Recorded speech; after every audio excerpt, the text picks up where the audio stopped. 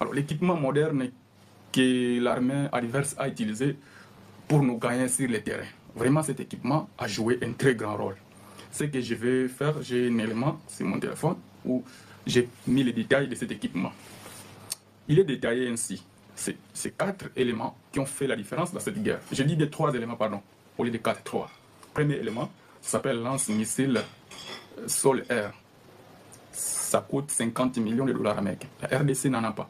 Mais notre adversaire en a. Ici, je parle déjà du Rwanda qui est impliqué derrière le M23. Donc le M23 déjà ne peut pas s'acheter de ça lui-même. Ça, c'est le Rwanda qui achète, c'est normal. Vous voyez, déjà 50 millions pour un lance-missile sol-air. Ça, c'est l'équipement moderne.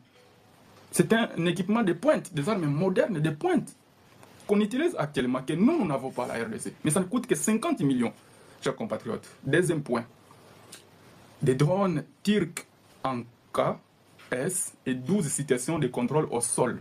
Les prix unitaires se descend. Non, les 10 drones, dont le prix unitaire, ça fait 9 millions. Donc pour 10 drones, c'est 290 millions de dollars américains.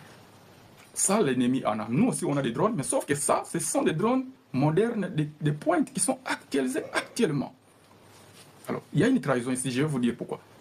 Troisième instrument qu'ils ont utilisé, matériel plutôt, brouillard signaux. Et ces brouillards, ça ne coûte que 600 000 dollars. Les FARDC n'en ont pas. Vous comprenez? Les brouillards, c'est ça qu'on a utilisé lorsque les Sukhoi a volé pour aller bombarder les rebelles. On a brouillé les signaux. Les Sukhoi ne voyaient plus l'adversaire. On a brouillé les signaux, les Sukhoi est rentré. Les brouillards, c'est ça qu'on a utilisé lorsque l'armée sud-africaine était au front. Quand ils ont tenu Sake, ils étaient au front. Avant Goma, parce que vous savez que Sake est avant Goma. Ils ont tenu vraiment au front, mais ils étaient en difficulté.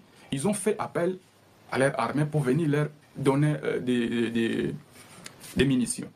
Sauf que quand ils venaient, on a brouillé le signal.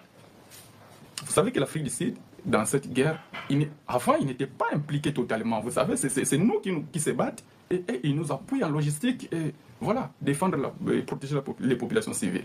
Mais Sake et Goma, l'Afrique du Sud s'est bâtie au front à pied égal avec les M23. Ils se sont tirés. Alors qu'est-ce qui a manqué? Ce qui a permis même la mort des 18 soldats africains. On a manqué le brouillard là. Parce que quand on a brouillé le signal de notre avion qui voulait ravitailler ceux qui étaient au front, l'avion est retourné et les militaires qui étaient là n'avaient plus de munitions. On les a tous tués.